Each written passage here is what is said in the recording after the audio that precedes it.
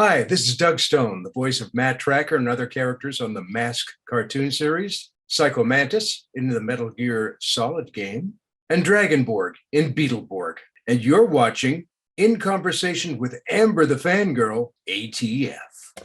Hi guys, Amber here. Welcome back to In Conversation with ATF. That's me. Today, my guest is a very special guest, right? He is the voice of Matt Trakker in M.A.S.K, M.A.S.K. You know, the animated series from Deke. Yeah, that crossed over with Transformers, actually. So he's kind of part of the Transformers universe, like, I guess, if you could say that, right?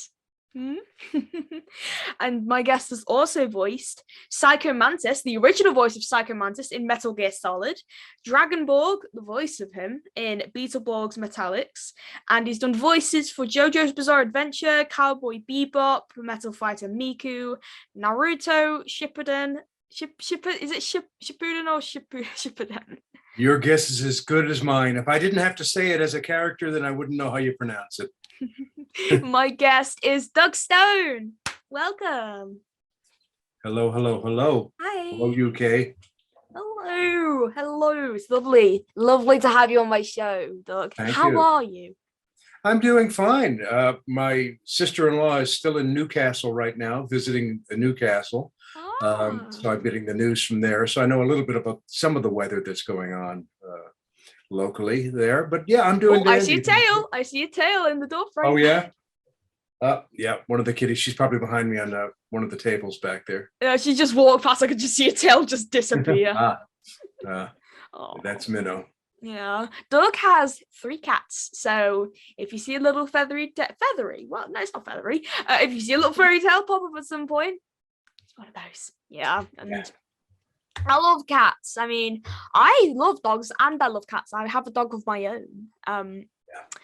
Yeah, we can't get a cat because my sister's allergic to them. So yeah, I love both as well. But when it came time, when I decided to start doing volunteer work, because I'm a little arthritic, I've had dogs before, but I realized I couldn't walk big dogs and stuff. You know, my knees are bad and everything. So I love both. And I thought, well, can I find a shelter, because I do volunteer work, can I find a shelter that just does cats? And that's what ended up happening. And that's why I only have cats here, but I like dogs as well, yeah. And all rescue animals, you know, we all support people in rescue, support everybody else in rescue, you know, it's all good, whether it's a goat, a horse, whatever. Yeah, definitely. So, Doug, I'd like to start off by asking you, what cartoons did you grow up watching? Well, my generation, I watched all the standard Warner Brothers and Disney stuff. So I was a Mel Blanc Warner Brothers fan, you know, watching the great Mel Blanc doing Bugs Bunny and Elmer Fudd. And then, you know, as the credits roll, they go voice characterizations by Mel Blanc. And I go, one guy did all that? Who is this man? Who is this amazing person? And then all the Disney stuff, the early Disney stuff that when it reached both cinema and television primarily, that when Disney started, and you could see sometimes they take their films and they put them on TV as well, Dumbo and Snow White and the Seven Dwarves and et cetera, so the pretty standard stuff, Woody Woodpecker, all the stuff of the 50s and 60s, my era. By any chance did you grow up watching Rocky and Bullwinkle? Oh, I loved Rocky and Bullwinkle. Loved it. When I got a little bit older and I was, you know, a fairly intelligent child, and I got tired of some of the goofier stuff, and I watched Rocky and Bullwinkle and went, these are clever jokes. There was little jokes in there. It was for kids, but there was also stuff that if you were a little brighter, there were puns and other little jokes in there that were a step up from the norm. And I absolutely loved Rocky and Bullwinkle. Big fan. And plus, they made some Canadian references, Canadian jokes in there too. You know, with my mother, in fact, my name being Douglas, my mother sometimes, because I was a pretty good little boy, she'd call me Dudley Do Right sometimes. Oh. If I was being a good boy. Yeah, I was going to say, because you were born in Canada, weren't you? Yes, I'm from Canada originally. Yes. You're from Canada. Wow. Just like a lot of other good voice actors. I know Maurice LaMarche, Peter Cullen, Eric Bowser, Tara Strong. There's a lot of good people from Canada. Yeah. Well, the Definitely. long winters, you sit around talking to yourself, you know. If you're by yourself, you know, then it's back and forth. How are you today? I'm not bad. How are you? You know, you're just, all you got is yourself. So you just develop all these voices. Yeah, and you actually answered my next question. It was going to be about Dudley Do Right, but it seems that Oh, you've just answered it. Yeah, wow. I'm Dudley Do Right of the Mounties. Wasn't he somewhere, something like that? yeah. Yeah, he was very throaty, as I recall. Yes. Wow, that's a really good impression. Oh, thanks. I haven't heard him in a long time, but You're I'll welcome. save you, Nell. That's what I seem to remember by Bill him. would be proud. Bill Scott would be proud, definitely. Like I remember, I heard this story from Keith Scott, who is he was one of Bullwinkle's voices, and he was also the official biographer for Jay Ward and Bill Scott. Bill said to him after he heard his Bullwinkle impression, "You know, when I go, you're gonna take over from me as Bullwinkle." And turns out he also said that to Joe Lasky and Corey Burton and Frank Welker. So yeah, they all had that turn of voice, but I don't think Corey ever voiced Bullwinkle. I know Frank and I don't even think Joe Lasky. Oh no, maybe Joe Lasky did it for the Bullwinkle restaurants. I don't know. Have you ever met any of them? Frank Welker, Corey Burton, Joe Lasky, or even Bill Scott? I don't think I had. I don't recall offhand. I don't do conventions very often at all, so I wouldn't have met them. I've only done a handful of conventions. I've just haven't been into it, but so I'm not sure if I have. If so, it may have been in passing. Sometimes it's like with Mark Hamill. People say, "Have you met Mark Hamill?" I went, "I don't think." Oh, and then I remembered. Oh, at an audition one time, there was about 15 of us in a room. Because they got backed up and everybody was joking around. And I realized, that's right, Mark Hamill was in that room. I forgot. Da, da, da. So, you know, you meet them only in that you might exchange a joke with them without ever being really introduced, but you're in a room, just everybody chatting kind of thing. So I may have talked to those guys and not even realized who I was talking to because we were all just together in a crowded room. Oh, that's so cool, though. To be in the same room as Mark Hamill, though, that must be an absolute honor. It was cool when I realized I didn't know who he was at first. He was just a guy. He was very funny, which I liked. So as we were all joking around, and he was funny, and I kept looking at him, thinking he looks vaguely familiar. And I'm trying to place a few of the guys in the room that I knew, and then it hit me. Oh, that's Mark Hamill, of course, right? Wow, he's auditioning for this too. Cool. Wow, Yeah. what show was it for? Oh, I don't remember it. This is probably in the 90s. Yeah, a long time ago. I can't recall what it was for. Cartoon, obviously. It was with the director Sue Blue. And, I love Sue Blue. oh yeah, Oh, yeah. Sue and I knew each other pretty her. well back in the 90s. I was directing as well, voiceover, and sometimes she'd give me some of her spillover work, stuff that she couldn't do because she was so busy at one point. I was directing for her a couple of things. I haven't Wow. seen pages now, though. What shows have you directed? Oh my goodness. Well, I haven't directed in quite a while now, but I'd have to break up my resume. That's what I did a lot of in the 80s and 90s. Tenchi Muyo, Dynasty Warriors, the original Dynasty Warriors game when it first came over here. It's many 90s credits. I was there at the beginning of anime. When anime was kicking off, and also the beginning of when games were kicking off is when I was doing voiceover, and I had gotten into directing. So I actually had my own company for a while, Doug Stone Enterprises, and I was bringing over also live action shows.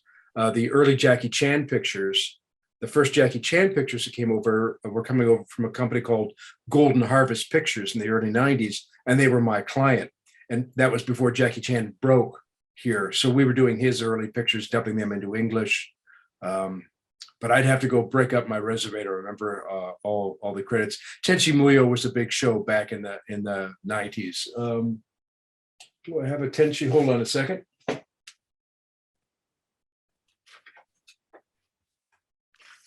I wonder what Doug's gonna get. Oh, wow. Little figure. Wow, it looked really cool. Yeah, they had a lot of figurines. It was actually a very fun show. If you ever get a chance to watch it, it's really goofy and very comedic. and you'll recognize some of the people in it, some of the actors and actresses. I'm sure you'll. How do you spell the name of the show? TENCHI dash MUYO. I've just found it. While I quickly look at the voice actors, I'm going to ask you, how did you get your start in voiceover? Well, it was all a matter of sleeping with the right people. I realized right away. Sorry, I'm attempting to be funny. How did I get into voiceover? I was in Canada, where in my generation growing up, you certainly couldn't make a living in voiceover, and it would be very difficult just to make a living in the entertainment industry, period. So I was doing amateur theater at night while working a wide variety of jobs. I've been working since I was 16, fully supporting myself since I was 16 years old, working full time. And one of my last day jobs, they said, hey, we need somebody to do some voiceover stuff for, it's called scratch tracks. Before they record a real commercial if they're going to have a celebrity do it. And at this time it was, I think, Jell-O commercials, which Bill Cosby was doing. So they bring in somebody else who'd do it for a smaller fee so they could time it out, see what it sounded like, correct the wording, get it perfect. So when the celebrity comes in, they don't have to mess around with it. The celebrity just reads it. So I auditioned and got it. And I started to do it, scratch tracks. So I started to learn about studios and the timing. And I got to learn while I was getting they give me a little bit of money. And after a while, the guy who ran that studio for the company said, you're pretty good. I want to use you more. I'm going to get you more money. I went, wait a minute here. I said, do you think I could possibly get work like outside of this place, like doing commercials elsewhere? He said, yeah, I think you're good enough. And I thought, I hate working this 9-to-5 stuff. It's awful. If I could augment my theater career with some voiceover work, maybe I could be an actor full time. I don't care if I starve. I've been hungry before. If I could just pay the rent, just have enough to eat, I don't care. I don't care if I'm poor, but to be an actor full time. So I took a shot. I made a demo tape. I sent it out, and I got some work doing commercials, primarily doing character voices in commercials. Some straight reads, but sometimes being Santa Claus or a vampire at Halloween, and et cetera, et cetera. On it went. So I quit my job. I got into acting full time. I began to make a living. I started to get professional theater work. I started to get on camera work in Canada, doing TV, movies, and films. I wonder what else Doug's gonna get. Oh, what's that? That's a TV film I did up in Canada in the early 80s. Wow. The lead actor. And so I was doing all those kinds of things. Minnow's in the room. She's sleeping on a paper bag over here. Oh. I love their paper bags, and she's curled up back there. Bless her. So I was doing voiceover to supplement my career. It wasn't my mainstay in Canada. You couldn't make your living that way, but doing commercials and et cetera, whatever came along. I was doing a TV movie, and the cinematographer said, who's your agent? I didn't have a good one. He hooked me up with a really good agent in Canada, in Toronto. And coincidentally, within about 6 months, they got auditions. I think only 2 agents got auditions for a show called M.A.S.K. that was going to be recording in LA. And they said, well, we got this on camera guy, Doug Stone, but he also does some voiceover work too. So do you want to hear him? Sure. And they heard me, and then they got interested in me. I did several auditions, long distance, with the LA producers, and got Matt Trakker. They liked me for the lead character, and then they kept expanding it till I had, I think, to start with 3 or 4 characters. So I came to LA to record the series, ended up with 8 characters on that show. Wow. Once I got here, the producers and the guy who owned the studio and the director and everybody said, you're good enough to work in LA.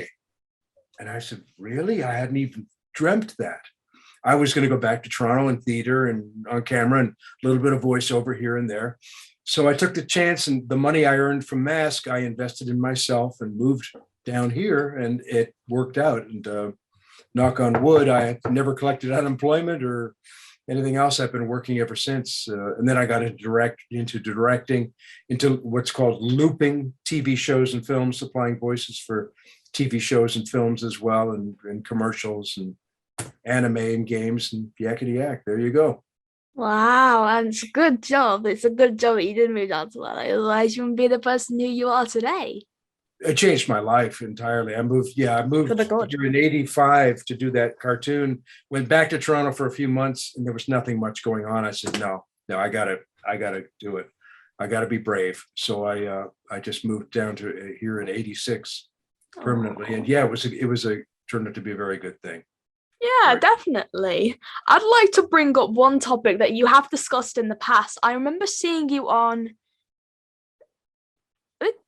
is it called Saturday Morning Cartoons?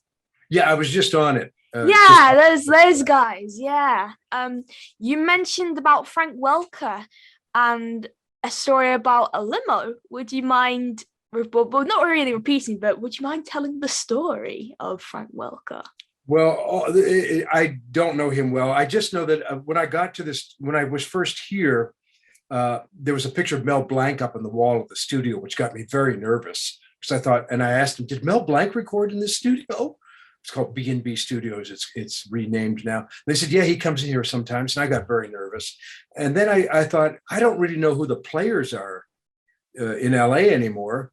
I said, who are the really big voiceover people? And they said, oh, well, like Frank Welker. He's in everything. And I started to look at credits and realized, yeah, this guy's wow, and he's good. He's the cow in this, and he's the space guy in that, and this and that. So I asked him about Frank Welker and what was he like and how much was he working in the studio. They said, oh my goodness, Frank works everywhere all day long.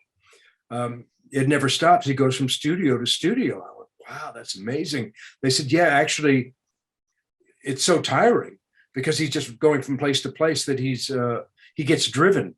What I heard was that he hired a limo so that he could crash out in the back seat. He'd have room to lie lengthwise on the seat that way. And they would just drive him from studio to studio, wake him up, tell him where he was, what he was doing that day. And he'd go in the booth, do his gig for 2 hours, get back in the limo and go over to Disney, then go over to Warner Brothers and go over to this studio and go wherever he was headed. So that's all I knew. I heard that and I thought, wow, that's busy. That's cool. Oh, I miss. But I like it. I like when talented people get recognized, and particularly if they're talented and nice, then there's no jealousy or envy involved at all. It's like, that's very cool. Yeah, definitely. Let the talented people get work. That's great. So you've met Frank. Everything I've heard about him has been positive as a person, and he's obviously very enormously talented guy. Yeah, I miss him dearly. I don't know when he's coming back to England, but I am going to meet him when he comes back. We're going to have the Frank Welker ATF collaboration project. Yes, I'm excited, very excited. I just feel like this is just a dream right now. Like back when I first met him, like 2 years ago yesterday. Well, today's the 8th of March, 2022. So I met him on the 7th of March, 2020, just before the pandemic, just before the UK went into lockdown. I never thought a few years later, like I'd be like have this much of a strong friendship with Frank, and like, meeting him, just being on good terms with him. I just thought it'd be, oh yeah, hi, and then bye. But no, it's hi, and then okay, yeah, let's stick together. Well, we're all, pardon me, the air quality here, so I'm sneezing a little bit and whatever. But we're all people, we're all human beings. I mean, when you're in the business, you do have to be careful because you don't want to get swamped with people. You can't spend all your time talking to fans or other people because you got work to do. It's your job. You got to work and pay the rent and pay the mortgage or whatever. But the other side of it is that we're all human beings. We're all people. We all form relationships. We all find friendships. We all, if we like somebody and we like the way they handle themselves or the core of the person that appeals to us, we have friends. So it was when I first moved here and I didn't know people, and suddenly I'm at parties with celebrities. I used to teach I used to do improv comedy in Canada for a living. I was teaching a class in improv down here, and one of my first students was Hank Azaria. Wow. Yeah. So Hank was about 20 or 21 years old, and he's coming to my improv classes. And while he's in my group, we were doing a showdown, and then I got him he got into two groups with me, and one was called Thin Ice. And Hank and I and all these guys had written a show called An Evening on Thin Ice. And while we were doing that show, the Simpsons people came to see him. because they were thinking of hiring him for these interstitials, these little shorts in the Tracy Ullman show or whatever. Yeah, The you off said Hank was went that. into the stratosphere. So when I sit back and realize it, think about it, I think I've met a lot of famous people. You know, I've met Anthony Hopkins, and I've met Harrison Ford, and different people that you bump into in places along the line, and they're all people. They're just people. You just want to be respectful and not try to take up their time or expect too much of them, because they're just human beings who got lucky and were talented and whatever else. But yeah, they're people tend to forget and put them on a pedestal because of their talent, and forget that they're also just people. And Yeah. And wow. Yeah. they have lives. Yeah, and then Hank went on to voice tons of characters Oh, in The Simpsons, like yeah, Dr. Nick, Comic Book Guy, Cletus, Chief Wiggum, Apu, Snake, Bumblebee yeah. Man. Wow. Even then, he was always doing imitations. That was just And something he Professor did. Frink as It's well. always listening to people. Some of the characters he'd do on stage. And Superintendent Chalmers. Yeah, wow, what a resume. He'd imitate, he'd be doing some character on stage, and we'd say, "Where'd that come from?" He said, "Oh, there was a guy in my neighborhood in New York who used to sit on the stoop and talk to the kids, and he sounded like that. So that's why I'm talking like, Hank is, hey, you better be a good boy." He always talked like so. Hank would do that voice. So that was always in him, even though he was doing on-camera work as an on-camera actor primarily. He did have that facility inside of him of always listening and reproducing voices. That's so cool. Wow. I'd like to get Hank on my show if he's not too busy. That would be really cool. Yeah, that might be a Yeah. tough one. I don't know. Fingers crossed. Yeah, he is a very busy A little guy. miracle could happen, maybe. Could be. I haven't seen him in a long time now. Talk about here's a good question. Now, obviously, you'll go two things. The first one is you're going to TFCon this weekend, but the second one is, before I start on that topic, is you invited because something to do with the M.A.S.K and Transformers. Would you like to see, like, if it existed in the 80s, would you have liked to see a cartoon M.A.S.K Transformers crossover? Oh, sure. A M.A.S.K. What there's been a lot of too is apparently M.A.S.K G.I. Joe crossover. There's been a lot of that, and they've actually there's actually, I'm told by fans who've sent me stuff, toys that combine Matt Trakker with G.I. Joe, like in the same packaging or whatever. So yeah, whatever, we don't get anything from the toys. The actors, obviously, we're not part of what the merchandising that happens. But I think crossover, as far as it would have been a lot of fun to have the characters meet and get to voice with those actors, in some amalgamation of the series, would have been a fun thing to do. Yeah. Have them meet each other. Maybe Matt Trakker could have dated She-Ra. You never know. Yeah, or the Baroness or Lady J from G.I. Joe, maybe. I mean, they've just released a new Megatron figure. I think it turns into a tank, and there's a little Baroness that rides in it and stuff like that. Cool. Yeah, that's really cool. The second topic, yes, you're going to... I just knocked my computer stand, I'm so sorry. You're going to TFCon this weekend in Burbank. Yeah. Well, I say it's Los Angeles, but it's really Burbank. First of all, I was going to say I am very jealous. I tried to get there, but unfortunately, flights aren't that cheap. They're like £600 each way there, and that's for one person. That's just me. So if I took an adult with me, it's going to be fucking. I said forking. I heard that. That's going to be forking out just over £1,000 out of our funds. So. Yeah. Even though there's so many voice actors going, so many great ones. Well, there's conventions that come to England. No, I mean, I guess you don't. With that many voice actors, no, because of the flights, the expense. They can't afford to bring as many people over, I'm sure. But yeah. So, what are you planning? You're only going on the last day, aren't you? I'm there on the Sunday. Yeah. As far as I know, I'm there at 10 a.m. This coming Sunday for a couple of hours. And then I'm not sure yet, but the little contract I signed said that I'd also be available for a discussion thing, a table thing where you sit and talk about cartoons and stuff. So I don't know if that's going to be happening right afterwards or not, but Oh, where did I put my Kleenex? Here we are. Possibly so after the signing. Wow. Are you told like who else the other guests are that haven't been announced, or is that just kept private? I don't know. They sent me something. They did send me some announcement that said that I would be there, like a visual. So I don't know what they're doing in terms of promotion, to be honest with you. Yeah, because they're still announcing guests. I think like the latest one they announced was this was in the past. This isn't for this event. I think for the 2019 one, they announced you know who Vince DiCola is, the composer for the Transformers movie? No. Well, they announced him on the Friday when the convention was on the Saturday and the Sunday, and then the voice of Daniel Witwicky, David Mendenhall, actually turned up on the Saturday as a con goer, and then he was just given his own autograph table.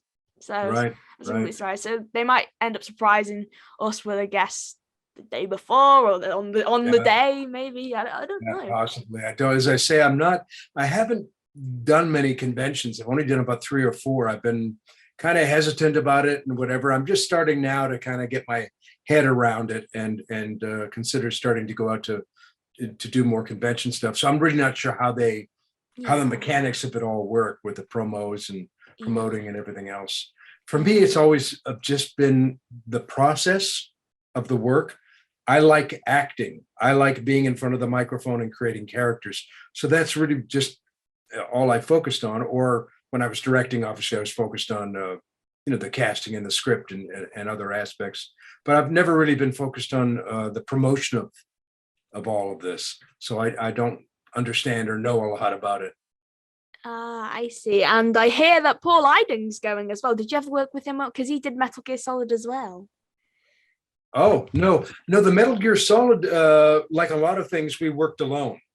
Oh. You go in quite often for these things. If it's an original animation series like M.A.S.K, you're all in the room together. Yeah, he was Colonel Roy Campbell.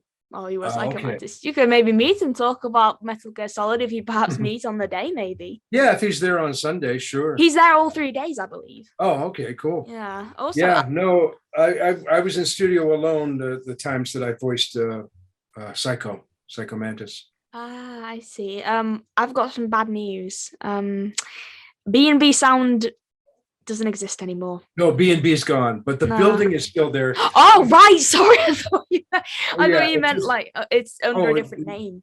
It's new ownership. It's now Dubbing Brothers. I think it was B&B, it was something else, and now it's Dubbing Brothers. Yeah. So it's actually cool. I have taken them photos. I still go there to work. Oh, do you? At Dubbing Brothers, I do obviously other work there, yeah. And I brought them photos to show them what because I have a few photos of the M.A.S.K days when we were in. The group was all there recording, so I've showed them what and I'm in the same room, which is really cool. Almost all these years later, 35, almost 40 years later, standing in the same room as I was in 1985. Now recording. Things for Netflix or, whoever else we may be doing work for. So I've showed them photographs and said, here's what the booth, and you can see part of the key in the board and whatever else. So they're all the engineers are all fascinated to see that and everything. Yeah. But the history of the place, but the building is still there and it's still a sound studio in Burbank. Wow. Well, I've just found this image. The show The Adventures of the Gummy Bears from Disney, I believe. That show was recorded at B&B Sound. And I can't remember who exactly sent me this photo. I've got a feeling it could have been Noel North, but then I got another feeling it could be Will Ryan, who he recently lost. I don't know. But I found this. That's outside, as you can probably just tell, it says B&B Sound there. Oh, wow. It says B&B on it. B&B Sound. Oh, cool. I'll turn the brightness up. Bear with me. So that's June Frey, Katie Lee, Noel North, Will Ryan, Corey Burton, Michael Rye. Right. Yeah, Katie's really lovely. Yeah, I've spoken to everyone, including Will, apart from June Frey and Michael Rye, because Michael passed away in 2012 and June in 2017. But yeah, I've spoken to Katie, Noel. I'm on good terms with her. I'm on good terms with Corey Burton. Will, I was on good terms with him before he passed away. So yeah. Did you say June Foray? Yeah. Yeah, I got to work with her twice. Really? Yeah. Wow. On what? Just small things, small projects. One was something that Sue Blue directed, a cartoon. I don't remember which one. It was for a San Francisco company, was redoing a bunch of fairy tales like Snow White. And I remember we did the Seven Dwarfs, and they decided all seven dwarfs had to be the voices of old comics. They didn't tell us that till we got there. So I think I did W.C. Fields as one of the dwarves, and a few other old, and who's it? I don't get no respect. Rodney Dangerfield was one of the dwarves. Anyway, she might have been on that. One of those that June came in and guested on, and I was like, everybody was just like, man, that's June Foray. That's so cool.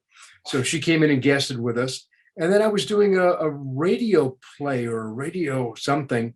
And to my surprise, June showed up and did, at that point, she was in her 90s.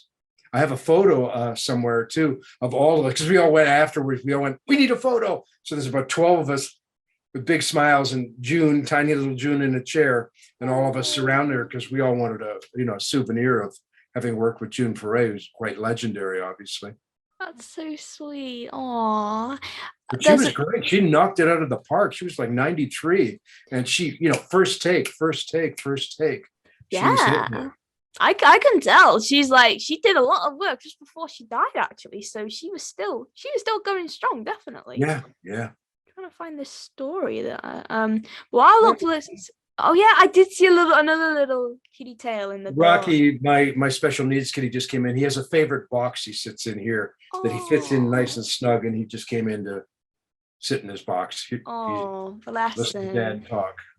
That's so sweet.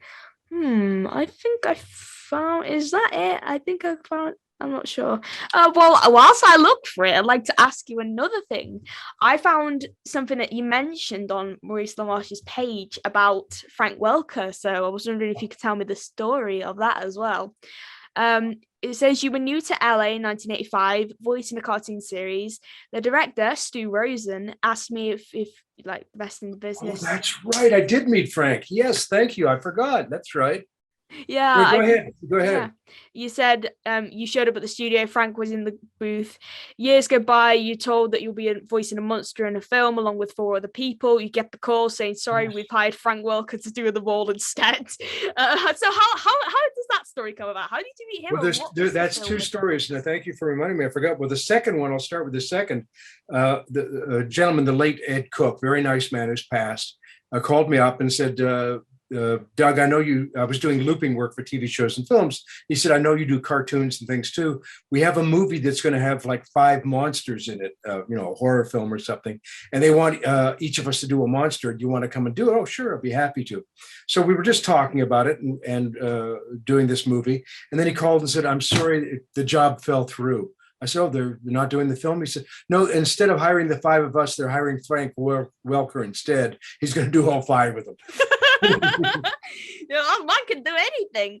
He can. So I didn't feel bad. If you're going to lose a job, you don't want to lose a job to Joe the Idiot. You want to lose a job to Frank Welker. I think I heard a story where on Futurama he was asked to do the sound of a sneezing lobster, and he nailed it. I'm sure.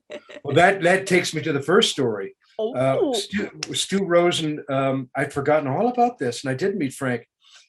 Stu Rosen, when I was new here, was one of the directors on M.A.S.K. And again, they're saying you could work here. And I went, oh, great.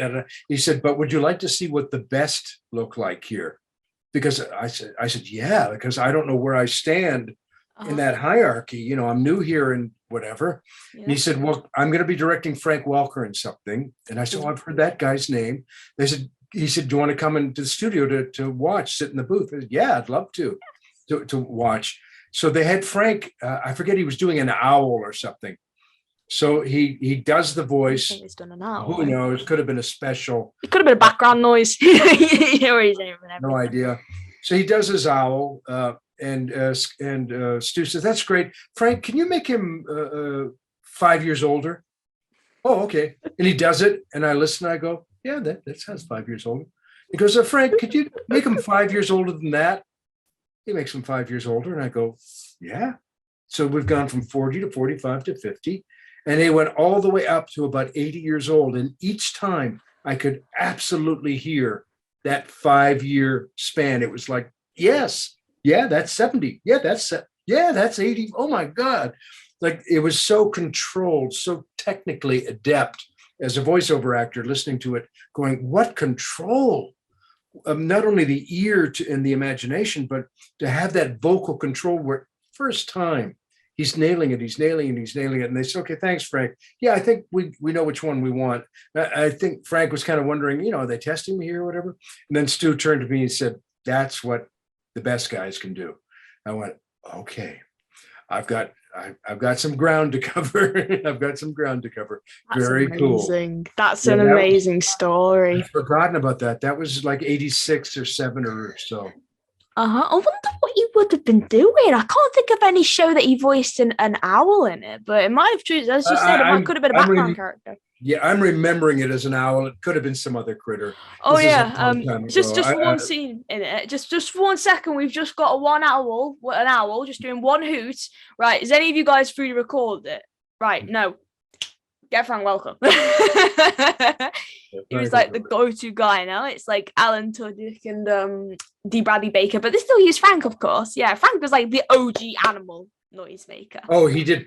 Yeah, animal stuff was his thing. What was that film with Billy Crystal with the cows and everything, where they were cowboys? It was a comedy film, and he did with Bruno Kirby.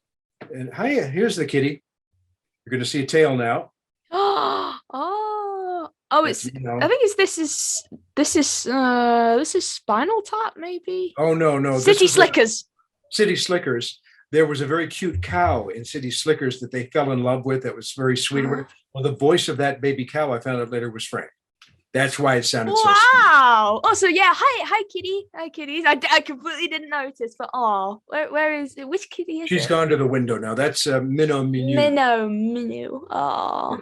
Yes, she is she has a French name as well as an American, North American name. She's got a cut ears like mine. Yeah, her ears look a little like yours. I've got some of those around here because of my animal shelter stuff. Not headsets, but some ears that I'll wear. Yeah. Just let me know if she walks across the keyboard again so I can get a good sighting of her. Yeah, she's at the window now. Maybe a bird's going by or something. Who knows? She's got to keep watch. Those squirrels, they stand out in the trees and yell at her and taunt her. She thinks. Sure, they're talking to her. Sweet. I recently, when I say recently, I mean tonight, you actually worked with Wally Burr. Oh yeah. I believe he voice directed you in something. I can't remember what title it was, but I saw it on behind than one thing. Wally directed me in quite a few things. Wally was in my home. When Wally was ill, I used to go visit him when he was in special care, when he was just before he passed, bless him. We used to go, a couple of us, and bring him chocolate. He loved, there was some flavored coffee that he loved. So we'd stop and get him chocolates and coffee and bring them to him when we were visiting him. At that point, he could barely speak, before he passed. But yeah, I used to work with Wally. In fact, his wife was my agent for a while. He married a lady who became a voiceover agent. Yeah. Who was it? What's the lady's name? Christine Wallace was her name. Christine Wallace. Yeah, I don't think she does it anymore, but she used to be an agent. So she was one of my early agents when I first got to LA. I see. Right. She had her office in his sound studio on Burbank, which is very near where Bang Zoom is now. He had sound studios there, and she had her office sort of sharing for a while with Wally. I see. Wow. A lovely story. That's so lovely. I'd like to sort of round off this interview by talking about two things that are close to your heart, which is the auction, Voices for the Voiceless, and also the Kitty Bungalow Charm School for Wayward Cats. Thank you. Yes. And actually, we're having on April 23rd, double check my dates. Yes, on April 23rd, and I'm sure you can view it from where you are. We'll have a comedy show, a free comedy show on Zoom for our anniversary. It's our 12th anniversary. because the Kitty Bungalow Charm Amazing. School for Wayward Cats is a no-kill shelter, nonprofit no-kill shelter here in LA that saves street cats. We're humanely reducing the population of cats in the street by getting them doing something called trap, neuter, return, TNR, where we get them spayed and neutered so they don't keep having babies. And if we can, we'll get them socialized for adoption. So I get a bunch of stand-up comedy friends. Last year, we also had Mindy Sterling and Kirsten Bangs Ness, who guested with us. And we put on a free comedy show, and people can make donations, if they want to while they're watching the show. So that'll be up. If they go to the Kitty Bungalow Charm School site, which you can Google, just Google Kitty Bungalow Charm School, and it'll come up. It shows events, and within there, we'll be posting about that. And then in November, we do the Voices for the, I do 2 fundraisers. I sit on the board. The Voices for the Voiceless is where I get my voiceover friends, and they donate swag, autographed pictures and things like that. And we auction them online so it's Voices for the Voiceless, for the kitties. And we get lots of people that some of whom you've met, like Lex Lang and his lovely Sandy Fox and other folks, Michael Bell, who's a big animal advocate here in LA, and it's been very helpful to me and to Kitty Bungalow. Has been very nice. They will donate stuff that we can then auction online, and all the funds go to help the kitties. So that's my little bit for that. So even when I do this Transformers convention, on my table will be information about Kitty Bungalow and about the shows. So I kind of take that anywhere I go and everywhere I go. So That we is can adorable. do good deeds while you're doing, we're very blessed that I'm very blessed that I as a young man, I worked in factories. I did dishes in fast food restaurants. I did every kind of job you can imagine from 16 years onwards. So I'm very lucky that I got into this business, had success. You have to give back, I believe. So you have to contribute somehow. So this is part of the way I do it is with the Kitty Bungalow. You're a good man, Doug. Oh, well, we try. Oh, Got to fight on the side of the angels. Yeah, definitely. Can I just quickly ask, what's that cell on your wall? I think I see a cell. Yeah. I've got a bunch of stuff. Okay, to your left. It's in the middle. Over this side. Yeah. The way you're facing, in the middle. What is that? That's from Wisdom of the Gnomes. Yeah. I saw that on your Behind the Voice Actors page. Yeah, that was one of the early cartoons that I dubbed. It was done in Spanish originally, and then we dubbed it into English. And I was the wise head gnome, Klaus, who sounded a little bit like Ron Reagan. Oh, I see a little kitty. I can see her in the mirror. There she is. Yeah. She just Minnow. zipped across. Oh, I could just see her in the back. Oh, actually, she's getting onto. Is that a stool in the background? That's my former office chair is falling apart. I've got to get a new one, but she likes to play on it. So I can see. So I've got toys stuck in it, and she gets on there and she can actually move it. She's moving. She's having a field day on that. Oh, now she's back to her bags again. But yeah, and up there at the very top is a M.A.S.K cell. Oh. Up at the very top up there, that's a M.A.S.K cell. And then that's really cool. Yeah, there's stuff from different shows here. Wow. I was in Lilo. I had a small role in Lilo and Stitch. Oh, yeah, I think you were in Leroy and Stitch as well. Sorry? Weren't you in Leroy and Stitch as well? Yeah. Yeah, I think he was. Yeah. That is a famous kitty who's now passed, Little Bub, up at the top there. I don't know if you can see Little Bub, but Little Bub used to do fundraisers. Oh gosh, there's all kinds of stuff up there. Dog Tanyan was another show we did. House of Magic is a really fun animated film, original animated, not dubbed, that I did. That is about a cat. So that was a lot of fun. Yeah, that was oh my gosh, I remember that. Wow.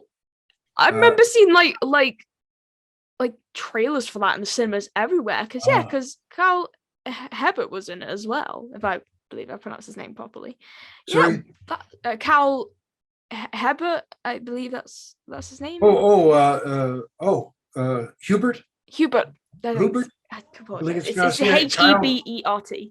Yeah, I think that's correct. But yeah, I think he might have been in it too. Yeah, I got to play one of the leads in that, a magician, and I love him because he entertains children and he adopts this cat and he has a magic house he lives in. It's a really fun film.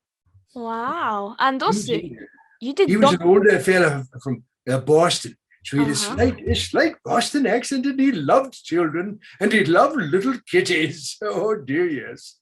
So he was really sweet. He was fun. So I that's just some memorabilia that, on the walls. didn't know you did Dogtanian as well. I mean, look, Michael McConaughey was in it. Cam Clark was Dogtanian, and Richard Yeah, he Redford was was in it. Wow, that aired on the BBC over here in the 80s. Very yeah. big over here. Yeah, I did a Oh, lot of work with Cam looping as well.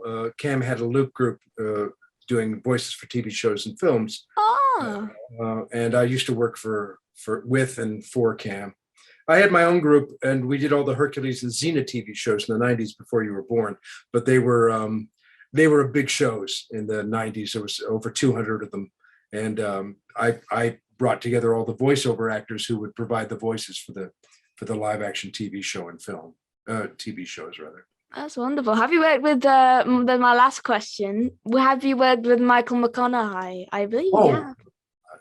Michael's a friend of mine. Yeah. Oh, Michael wow. and I email each other all the time. He's not living in LA right now, but we email each other all the time. Yeah, Michael's a personal friend. Yeah, we would go for lunch and see each other socially, and we work together a lot. And when I was directing, I would hire Michael, and yeah, I know Michael very well. Oh, that's so lovely. Nice man. Yeah, I agree, definitely. So, Doug, where can we find you on social media?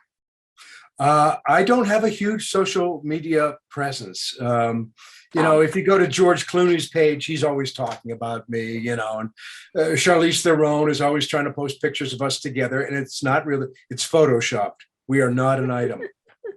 Forget those rumors, okay? It's not true. Stop it, Charlize.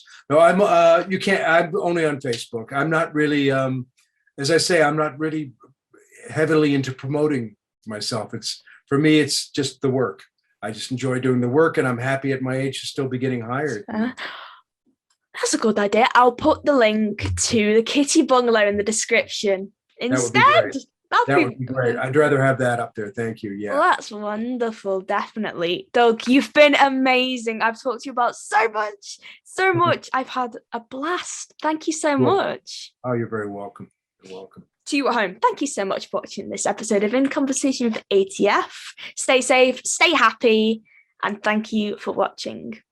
Me and Doug, whichever way he is, I always point the wrong way, but oh well. We'll see you around. Bye and cut.